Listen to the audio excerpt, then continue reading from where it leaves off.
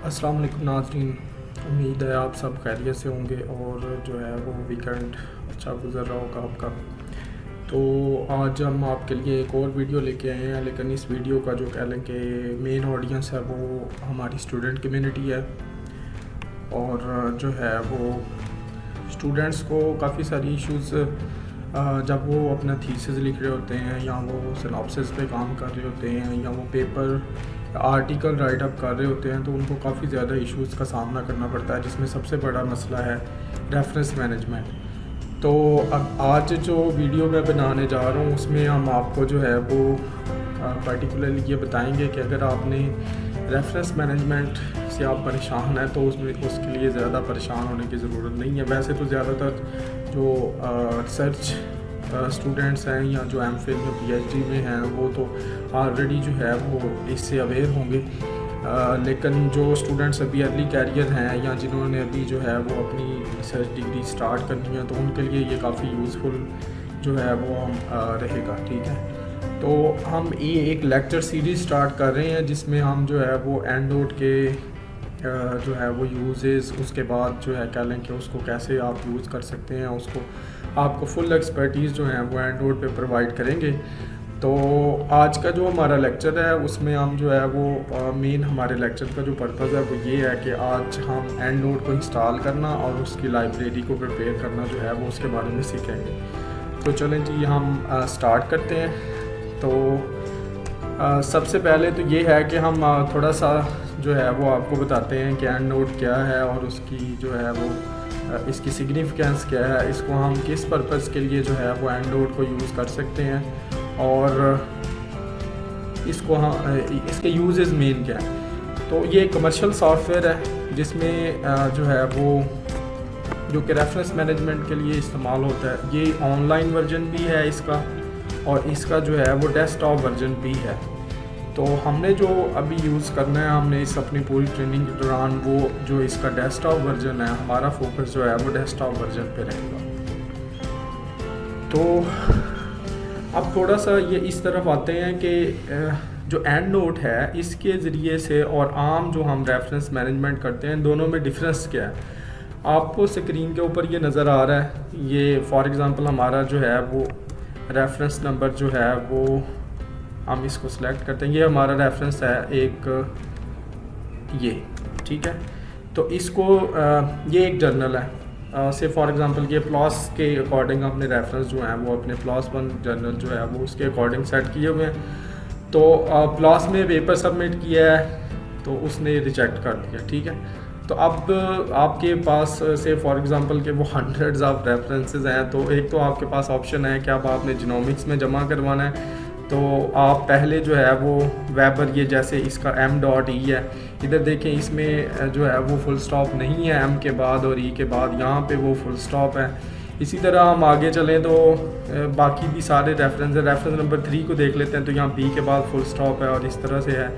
जबकि इसको हम जब इधर देखते हैं तो यहाँ पे ये फुल स्टॉप नहीं है। तो इसका मतलब है एक तो ऑप्शन हमारे पास ये है कि हम उस जर्नल का रेफरेंस स्टाइल अपने सामने रखें और एक एक कॉमा फुल स्टॉप डालते जाएं, और इस तरह से जो है वो एक जर्नल से पेपर रिजेक्ट होने के बाद आप जो हैं वो कह लें कि उसको 5-7 दिन आपके लगेंगे, काफ़ी हेक्टिक एक्सरसाइज होगी, आप थक भी जाएंगे और जो है वो उसको आप जो है वो फिर उसको आप करने के काबिल होंगे। फिर जब आप पेपर जमा करवाएंगे तो अनफॉर्चुनेटली अगर वहाँ से वो फिर रिजेक्ट हो जाता है तो ये फिर से आपके लिए एक बहुत बड़ा हेक्टिक एक्सरसाइज होगी और आपका जो पेपर में आहिस्ता आहिस्ता इंटरेस्ट है वो लूज़ होता जाएगा। तो देखिए एकेडमिक्स में जो पेपर हैं वो आपको मतलब पेपर की बहुत अच्छी क्वालिटी के पेपर भी हों तो बाज़ औक़ात वो जर्नल के स्कोप के साथ मैच नहीं करते हैं, तो वो आपको पेपर को रिजेक्ट कर देते हैं। तो आपको एक पेपर को जो है वो काफ़ी सारे जर्नल्स में ट्राई करना पड़ता है। बाज़ का 10 to 15 जर्नल्स, अच्छे जर्नल्स में पेपर सबमिट करने के बाद वो आपका पेपर जो है वो किसी जर्नल को क्लिक करता है और वहाँ से वो एक्सेप्ट होता है।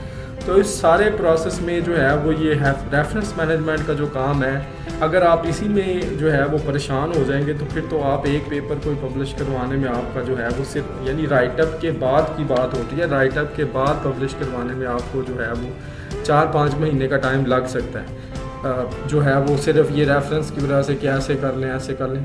इसके बरक्स अब जो ये जो एंड नोट है ये हमें ऑफ़र करता है कि हम जो है वो ये जो हमारे रेफरेंस मैनेजमेंट है इसको ये सिंगल क्लिक पे जो है वो आपको कर देते हैं। यानी कि एक पेपर से आप एक जर्नल से आपका पेपर रिजेक्ट हुआ है तो आप उसमें बैठे उसको फॉर्मेटिंग करना स्टार्ट करें तो एक सिंगल क्लिक से जो है वो आप जर्नल को चेंज करेंगे तो आपका जो पेपर है वो नए जर्नल के अकॉर्डिंग सेट हो जाएगा। ठीक है, तो यही हमने सीखना है कि ये हम कैसे कर सकते हैं।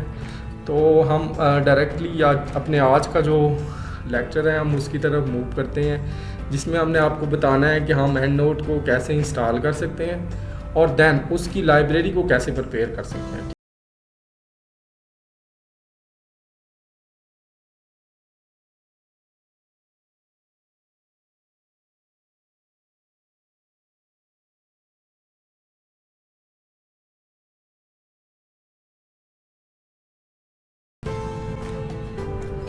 देखिए जी, आपने एंड नोट को जो है वो इंस्टॉल करना है तो उसके लिए जो है वो आपको डेफिनेटली गूगल पे जाना पड़ेगा। वहाँ पे हम टाइप कर देते हैं एंड नोट X7 मैं आपको इसलिए रिकमेंड कर रहा हूँ क्योंकि X7 का जो है वो क्रैक मेरे पास है। तो अगर किसी को क्रैक चाहिए हो या उसको इंस्टॉल तो वो फिर जो है वो X7 जो है वो उससे उसको कर सकते हैं। तो ये हम उसकी एंड नोट की वेबसाइट पे जाते हैं।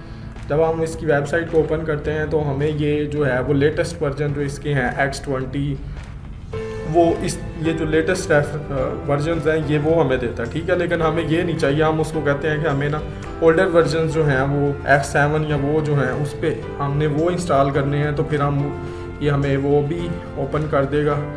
तो उनको मैं और हमारे पास मोस्ट प्रोबेबली विंडोज़ होगी तो फिर हम इसको क्लिक करेंगे और ये देखेंगे हमारा जो है वो यहाँ पे डाउनलोड हो गया। ठीक है, ये डाउनलोड हो जाता है। डाउनलोड होने के बाद फिर हमने इसको जो है वो इंस्टॉल करना होता है। तो ये स्टेप वाइज गाइड है। आपने जो है वो जब ये हमारे पास ये यहाँ पे ये फॉर एग्ज़ाम्पल ये है तो हमारे पास ये सॉफ्टवेयर हमारे पास डाउनलोड हो गया। ठीक है, तो हमने इसको जो है वो इंस्टॉल करना है। तो इसके लिए हम क्या करेंगे, पहले तो जो है वो इस आइकॉन को डबल क्लिक करेंगे तो ये जो है वो इंस्टॉल होना शुरू हो जाएगा। ठीक है, ये जिस तरह से आपको ये बताया तो ये इंस्टॉल हो जाएगा। होने पे जब जाएगा तो फिर ये आपको कुछ इस तरह का प्रीफेस जो है वो दिखाएगा। इसमें अब हमारे पास जब ये प्रीफेस ओपन होगा तो इसको हमने नेक्स्ट कर देना है, यानी हम इससे एग्री कर रहे हैं ये जो चीज़ें कह रहे हैं। तो अब अगला ऑप्शन है कि हमारे पास प्रोडक्ट की है या कि हमने जो है वो एक ट्रायल वर्जन जो है वो उसको हमने जो है वो करना है। ठीक है, तो जो अभी है हम यहाँ पे सेलेक्ट करेंगे कि मेरे पास जो है वो प्रोडक्ट की नहीं है। ठीक है, और मुझे 30 डेज़ ट्रायल जो है वो उसको आपने सेलेक्ट करके तो आपने इसको नेक्स्ट कर देना है।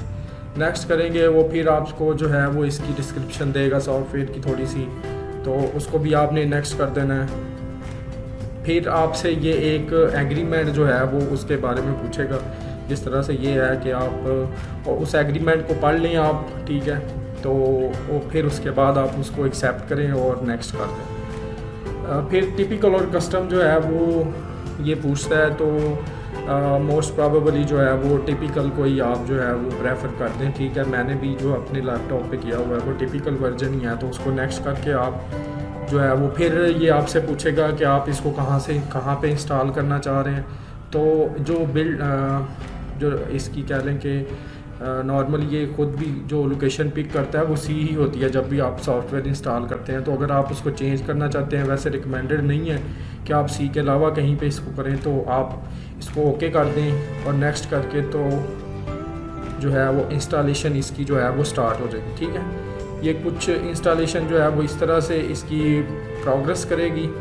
ठीक है, और कुछ 4-5 मिनट के बाद जो है वो आपकी इंस्टॉलेशन जो है वो कंप्लीट हो जाएगी। तो यहाँ तक तो जो है वो ये इंस्टॉलेशन का प्रोसेस है कि हम जो एंड नोट को इंस्टॉल करते हैं। मैंने चूँकि अपने लैपटॉप पे पहले से ही इंस्टॉल किया हुआ है तो मैं फिर इसको इंस्टॉलेशन की तरफ नहीं जाऊँगा, लेकिन आप लोग इसको इंस्टॉल करें। अगर इंस्टॉल करने में किसी को कोई इशू आता है तो फिर मैं अपना जो ईमेल आईडी है वो अपनी एंड पे शेयर कर दूँगा या फिर जो है वो नंबर भी शेयर कर दूँगा। तो जिसको किसी को कोई इसमें इशू आएगा तो वो उसमें मुझे जो है वो इसके बारे में पूछ सकता है।